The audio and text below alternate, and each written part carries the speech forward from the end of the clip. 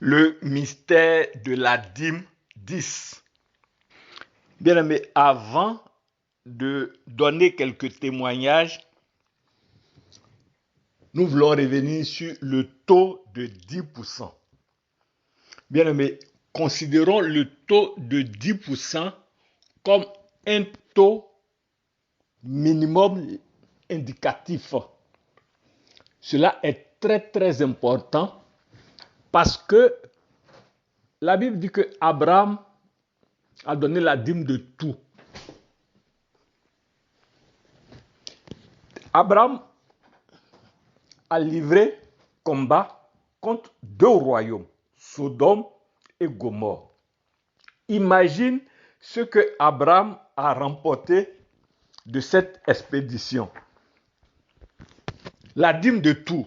Abraham a pris des bœufs, des brebis, de l'or, de l'argent, du vin, des fruits, du lait, du miel, de la boisson. Abraham a pris tellement de choses, mais sur chaque chose qu'Abraham a pris avec ces deux royaumes-là, il a prélevé 10% et il a payé. Bien aimé, est-ce que dans notre siècle, actuellement, nous pouvons faire attention à tous ces détails-là lorsque nous sommes en train de payer la dîme à Dieu?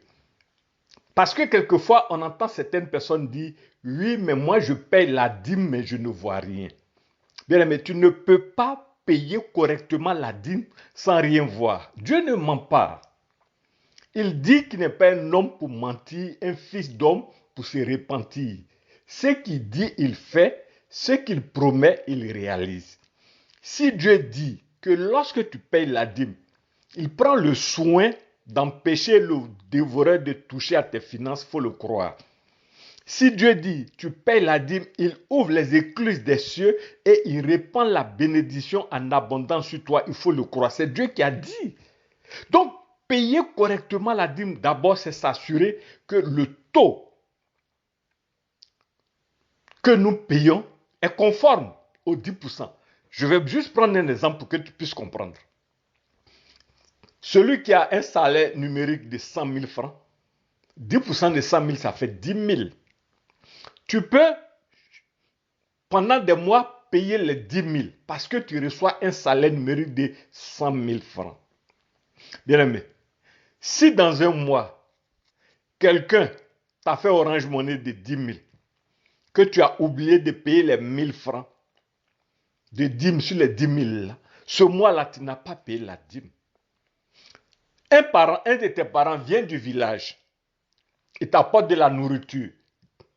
Je dis n'importe quoi, 10 boules d'attiqué, de l'igname, de la banane, de la viande de brousse, et puis, je vais dire, tomates, aubergines, tout ça.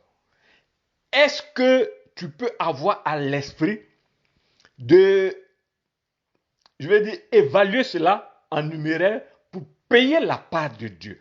Voici comment quelquefois nous croyons payer la dîme, mais parce que nous sommes figés sur les 10%, et cela fait que il y a des mois, nous ne payons pas les 10%. Et aussi longtemps que ce que nous avons donné n'atteint pas les 10%, nous n'avons pas encore payé la dîme. Nous avons juste fait des offrandes, ou bien nous avons fait des dons.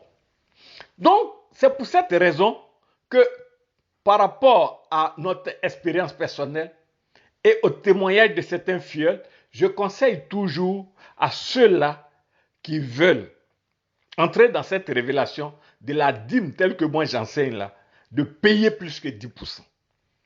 15%, il n'est pas interdit de payer 15%, il n'est pas interdit de payer 20%. Donc, je commande, ou du moins je conseille à mes fidèles de payer plus que 10% à cause des imprévus qui quelquefois viennent pour, on va dire, augmenter notre salaire numérique sans que nous nous rendons compte. Parce que quelquefois, nous avons des avantages à nature. Bien aimé, il faut payer plus que 10% pour nous assurer qu'à cause des imprévus qui viennent s'ajouter à notre salaire, nous restons nous appliquons correctement cette prescription de Dieu. Je vais revenir pour l'autre élément qui fait que quelquefois on dit qu'on paye la dîme mais qu'on ne voit rien.